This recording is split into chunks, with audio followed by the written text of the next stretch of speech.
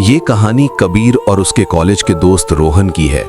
रोहन एक उभरता हुआ एंकर और मॉडल था जिसे अपनी कला पर बड़ा नाज था। एक दिन रोहन को हिमाचल प्रदेश के मशोबरा की ठंडी और धुंध भरी वादियों में एक बहुत बड़ी प्राइवेट पार्टी होस्ट करने का मौका मिला। उसने कबीर को भी अपने साथ चलने के लिए मना लिया। उनके साथ उनकी दो महिला मित्र श्रेया और रिया भी थीं, जिन्हें को एंकर के तौर पर बुलाया गया था। पार्टी एक बेहद अमीर और रहस्यमयी बिजनेसमैन की थी। वहां का माहौल एकदम हाई क्लास था, जो कबीर को कुछ खास पसंद नहीं आ रहा था। बोरियत से बचने के लिए कबीर ने वहां रखे गिटार को उठा लिया और अपने ही धुन में एक बेहद सुरीला गाना गाने लगा। उसकी आवाज में ऐसा जादू था कि पूरी महफिल शांत हो गई। सबसे ज्यादा प्रभावित हुआ उस पार्टी का रहस्यमयी मालिक ने खुश होकर उन्हें अपनी एक प्राइवेट और बेहद आलीशान हवेली की चाबियां दे दी। अगले 10 दिन तुम लोग मेरी इस हवेली में रुक सकते हो, वहां तुम्हारी हर जरूरत का ख्याल रखा जाएगा।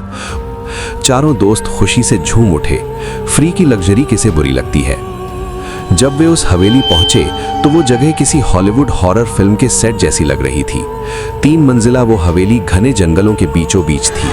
वहां का केयरटेकर एक बेहद खूंखार और भारी भरकम सा दिखने वाला आदमी था, जिसकी लाल आंखें और खामोशी किसी के भी रोंगटे खड़े कर सकती थीं। उसने हवेली के नियम समझाते हुए एक बात पर बहुत जोर दिया। पहली और दूसरी मंजिल पर जो करना है करो, लेकिन तीसरी मंजिल पर बने जिम में भूल कर भी कदम मत रखना। किसी ने इस चेतावनी को गंभीरता से नहीं लिया।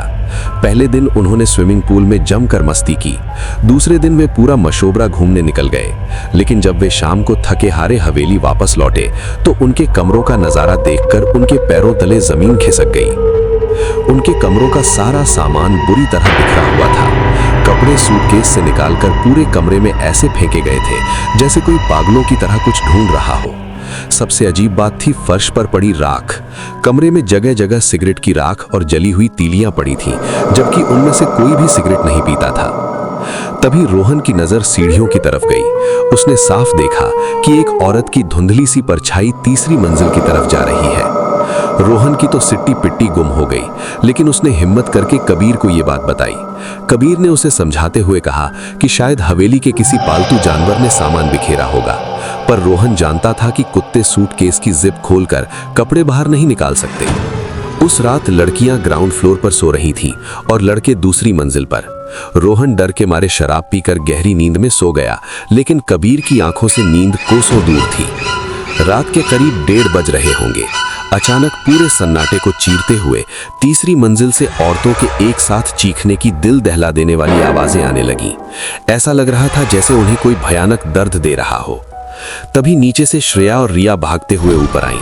उनके चेहरे डर से सफेद पड़ चुके थे। कबीर ने रोहन को झकझोर कर उठाया। चारों ने तय किया कि वो एक साथ उस वर्जित तीसरी मंजिल पर जाकर देखेंगे कि आखिर वहां है क्या। जैसे ही उन्होंने तीसरी मंजिल के जिम का दरवाजा खोला, अंदर का नजारा एकदम शांत था। चारों तरफ भारी भरकम मशीनें रखी थीं। लड़कियों की हिम्मत जवाब दे गई और वो वापस नीचे चली गईं। कबीर और रोहन वहीं डटे रहे। तभी जिम के अंदर बने चेंजिंग रूम के प्लास्टिक के दरवाजे पर अंदर से जोर जोर से पीटने की आवाजें आने लगीं। ऐसा लग रहा था जैसे एक साथ कई हाथ दरवाजा तोड़कर बाहर आना चाहते हों। कबीर और रोहन दोनों जिम के बाहर भागे। बाहर उनको केयरटेकर मिला। वो बोला, तीसरी मंजिल पर बने जिम में जाने के लिए मना किया था ना, वहां एक आत्मा का साया है।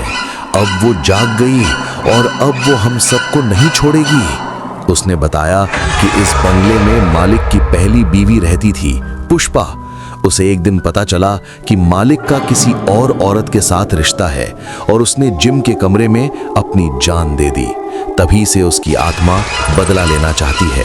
चलो निकलो यहाँ से।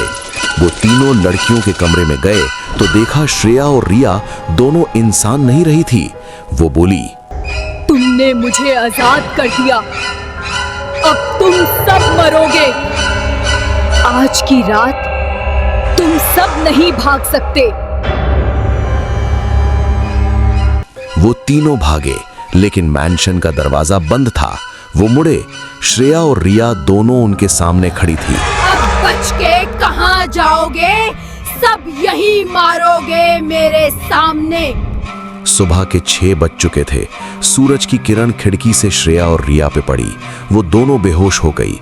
उनको होश आया, वो ठीक थी। चारों ने उसी समय मैंशन खाली कर दिया। तुरंत अपनी गाड़ियां उठाईं और उस मनहूस जगह से हमेशा के लिए निकल गए। आज रोहन एक बहुत बड़ा एंकर बन चुका है, लेकिन आज भी रात के 1:30 बजते ही उसके माथे पर पसीना आ जाता है।